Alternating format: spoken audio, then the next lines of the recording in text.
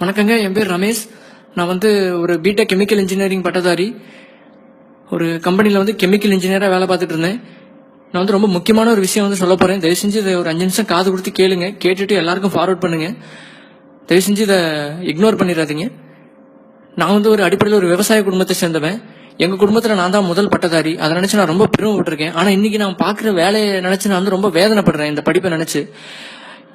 என்ன விஷயம்னு பார்த்தீங்கன்னா, நம்ம சாப்பிட்ற சாப்பாடு பண்டங்கள் எல்லாமே இன்னைக்கு ரொம்ப கெமிக்கல் மயமாக இருக்கு. 2-3 நாளைக்கு முன்னாடி நான் ஃபேஸ்புக்கில் ஒரு பதிவு பார்த்தேன். அதில் போட்டிருந்தாங்க, மாதிரி சாக்லேட்டுக்கும் ஐஸ்கிரீமுக்கும் அடிமையான கடைசி தலைமுறை நம்ம தலைமுறையாக இருக்கட்டும் அப்படின்னு போட்டிருந்தாங்க. அதை படிச்சுட்டு நான் நினச்சேன், என்னடா ஐஸ்கிரீமும் சாக்லேட்டும் குழந்தைங்களுக்கு ரொம்ப பிடிச்ச விஷயம், இது கூட சாப்பிடலன்னா எப்படி, எல்லாத்துலேயும் குத்தம் குறை கண்டுபிடிக்கிற மாதிரி இருக்கு அப்படின்னு நினச்சேன். அப்புறம் அதை பற்றி ஒரு கெமிக்கல் இன்ஜினியரா அதை பத்தி படிக்கிறதுக்காக வேண்டி முயற்சி பண்ணேன். நான் வேலை செய்யற கம்பெனிலேயும் சில தப்புகள்லாம் நடக்குது. அது என்னன்னு நான் சொல்றேன். முதல் விஷயம் இந்த குழந்தைங்க மிட்டாய் ரொம்ப விரும்பி சாப்பிட்றாங்க. இந்த 1 ரூபா 2 ரூபாய் சாக்லேட் ஐட்டம், அப்புறம் இந்த டைரி மில்க், அப்புறம் இந்த நிறைய சாக்லேட் ஐட்டம்லாம் சாப்பிட்றாங்க. அப்புறம் இந்த ஜூஸ், நிறைய இந்த பாட்டில் அடைச்சு வர்ற juice, mango juice, Coca Cola, இந்த மாதிரி ட்ரிங்க்ஸ், கோலா, இந்த மாதிரி பானங்கள்லாம் குடிக்கிறாங்க. அது எல்லாமே ஒன்று கூட ஒரிஜினல் இல்லைங்க. எல்லாமே ரொம்ப மோசமான கெமிக்கல்களால செய்யப்படுது. இது நீங்க நிறைய ஃபார்வர்ட் மெசேஜை கேட்டிருப்பீங்க. இருந்தாலும் கொஞ்சம் பொறுமையா கேளுங்க. முதல்ல இந்த மிட்டாய்கள் 1 ரூபா 2 ரூபா மிட்டாய்லாம் இந்த ஸ்ட்ராபெர்ரி, மேங்கோ இந்த மாதிரி ஃபிளேவர் வருதுங்க. அது எதுவுமே உண்மையாலே மாம்பழமோ இல்ல ஸ்ட்ராபெரி பழமோ போட்டா அந்த மிட்டாய் ஒரு 10 ரூபா 12 ரூபா விலைக்கு விற்கணும். ஏன்னா ஸ்ட்ராபெரியோடைய விலை அந்த மாதிரி. ஆனா அதுக்கு பதிலாக என்ன பண்றாங்க அப்படின்னு பாத்தீங்கன்னா, இந்த கிளைசிடேல், டைமெத்தில் பாலிசிலாக்சன் அப்படின்னு சில கெமிக்கல்லாம் இருக்கு. அந்த மாதிரி கெமிக்கல்கள் யூஸ் பண்றாங்க. அதுக்கப்புறம் இந்த பீவர்னு ஒரு மிருகம் இருக்கு. அந்த விலங்குடைய சிறுநீர் பை, அந்த பையில இருந்து எடுக்கப்படுற ஒரு மோசமான ஒரு கெமிக்கல். அந்த கெமிக்கல் மூலமா எடுத்து அதை கெஸ்டோரியம் அப்படின்னு பேரு. அது நம்மளோட பெர்ஃபியூம்ல இருந்து நம்மளுடைய சாப்பாடு இந்த மிட்டாயில எல்லாம் சேர்க்கறாங்க. ரொம்ப மோசமான ஒரு விஷயம் அது.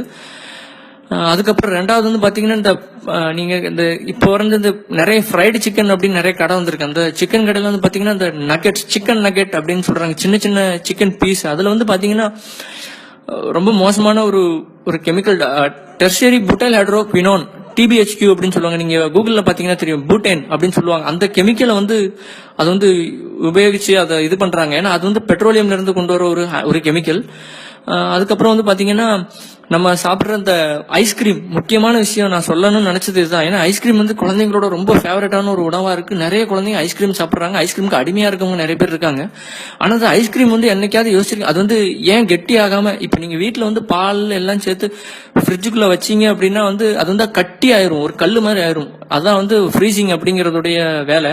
ஆனா அந்த ஐஸ்கிரீம் எப்பவும் என்னதான் -டிகிரில இருந்தாலும் அது மாவா வருது. அது ஏன்னு யாராவது யோசிச்சிருக்கோமா?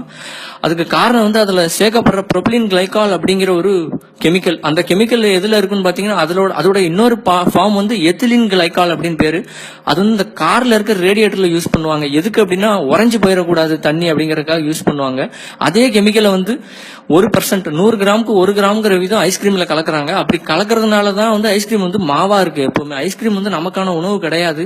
தயவு செஞ்சு உங்க குழந்தைகளுக்கு இந்த ஐஸ்கிரீம்ங்கிறது வாங்கி கொடுக்காதீங்க. அதுக்கப்புறம் பாத்தீங்கன்னா, இந்த வெண்ணிலா அப்படிங்கிறாங்க. இந்த வெண்ணிலா பிளேவர் அது எல்லாருக்கும் பிடிக்கும். அது ஒரு டேஸ்ட். ஆனா அந்த பிளேவருங்கிறது தயாரிக்கிறதுக்கே ஒரு குறைஞ்சது இந்தியாவில மட்டுமே 110 கெமிக்கல் கம்பெனிகள் இருக்கு பிளேவர் தயாரிக்கிறதுக்கு மட்டும். அந்த கெமிக்கல் பாத்தீங்கன்னா, வெண்ணிலா, அப்புறம் இந்த ஸ்ட்ராபெரி, இது எல்லாமே கெமிக்கல். இந்த வெண்ணிலாங்கிறது பாத்தீங்கன்னா, வேனிலின் அப்படிங்கிற ஒரு செடியில இருக்கிற ஒரு பீன்ஸ்ல இருந்து கிடைக்கக்கூடிய ஒரு வஸ்து. அந்த பொருளை பாத்தீங்கன்னா, வேனிலின் என்ன பண்றாங்கன்னா, இப்ப சிந்தட்டிக்கா சில கெமிக்கல்கள், பெட்ரோ கெமிக்கல், இந்த குவாகால் அப்படின்னு சொல்லுவாங்க. அந்த பெட்ரோ கெமிக்கல், அதாவது பெட்ரோல் எடுக்கிறோம் இல்லையா, க்ரூட் ஆயில் எடுக்கிறோம் இல்லையா, அந்த க்ரூட் ஆயில இருந்து டெரைவ் பண்ற ஒரு தயாரிப்பு அந்த கெமிக்கல். அந்த கெமிக்கலை நல்லா ப்ராசஸ் பண்ணி அதுல இருந்து வர்றதுதான் வேனிலின் அப்படிங்கிறது. உண்மையான வேனிலின் ரொம்பவும் காஸ்ட்லியான, இந்த குங்குமப்பூ மாதிரி ஒரு தாவரம் அது. ஏன்னா அது இந்த மடகாஸ்கர், அப்புறம் தென்மேற்கு ஆசியா கண்டங்கள்ல சில நாடுகள்ல மட்டும்தான் அது விளையுது. அந்த வெனிலின் வச்சு நம்ம வெண்ணிலா தயாரிச்சோம் அப்படின்னா வந்து பாத்தீங்கன்னா அது வந்து கிட்டத்தட்ட ஒரு கிலோ வந்து 10,000 ரூபாயில இருந்து 16,000 ரூபாய் விலை வரைக்கும் உண்டு. ஆனா இந்த சைனால இருந்து வந்து சிந்தட்டிக்கான வேனிலின் வந்து தயாரிச்சு கொடுக்குறாங்க. அந்த வேனிலின் வந்து பாத்தீங்கன்னா 1 கிலோ 300 ரூபாய்க்கு தராங்க. அதை தான் வந்து இந்தியாவில் இருக்க பெரும்பாலான ஐஸ்கிரீம் கம்பெனிகள் வாங்கி ப்ராசஸ் பண்ணி தங்களோட ஐஸ்கிரீம்ல சேர்த்து விற்கிறாங்க. நீங்க எந்த ஐஸ்கிரீம் எடுத்துக்கிட்டாலும் அது கெமிக்கலால இது பண்ண ஐஸ்கிரீம் தான். அதுவும் இல்லாம பால் வந்து ஒரு 20-30% தான் பால் சேர்ப்பாங்க. மீதி 70% வந்து பாத்தீங்கன்னா இந்த மாதிரி மோசமான கெமிக்கல்கள் போட்டு தான் தயாரிக்கிறாங்க. தயவு செஞ்சு குழந்தைகளுக்கு இந்த மாதிரி மிட்டாய், சுகர் பேஸ்ட் கன்ஃபெக்ஷனரி அப்படின்னு சொல்லுவாங்க, அந்த மாதிரி மிட்டாய் வாங்கி கொடுக்காதீங்க. நான் சொல்ற உண்மையா இல்லையான்னு உங்களுக்கு சந்தேகமா இருந்துச்சுன்னா தயவு செஞ்சு கூகுள்ல போய் தேடுங்க. அதை பத்தி நிறைய பேர் எழுதியிருக்காங்க. எனக்கும் ஆச்சரியமா இருந்துச்சு. நானும் அப்படிதான் தேடி கண்டுபிடிச்சேன். ஒரு கெமிக்கல் இன்ஜினியரா சொல்றேன், தயவு செஞ்சு கெமிக்கலை கொடுக்காதீங்க குழந்தைகளுக்கு. மிட்டாய் வந்து நம்ம ஊர் மிட்டாய், கடலை மிட்டாய், எள்ளு மிட்டாய் எல்லாம் எவ்வளவு நல்லது. நம்மெல்லாம் ஒன்றும் நம்ம முன்னோர்கள் வந்து இழிச்சவாங்க இல்ல, நம்மளால கண்டுபிடிக்க முடியாத விஷயம் இல்ல. வெளிநாட்டு பண்டங்கள், இந்த கேக்கு, சாக்லேட் தயவு செஞ்சு வாங்கி கொடுக்காதீங்க. ஐஸ்கிரீம் இதெல்லாம். ரொம்ப நன்றி கேட்டதுக்கு. இதை நிறைய பேருக்கு ஃபார்வர்ட் பண்ண மறந்துடாதீங்க.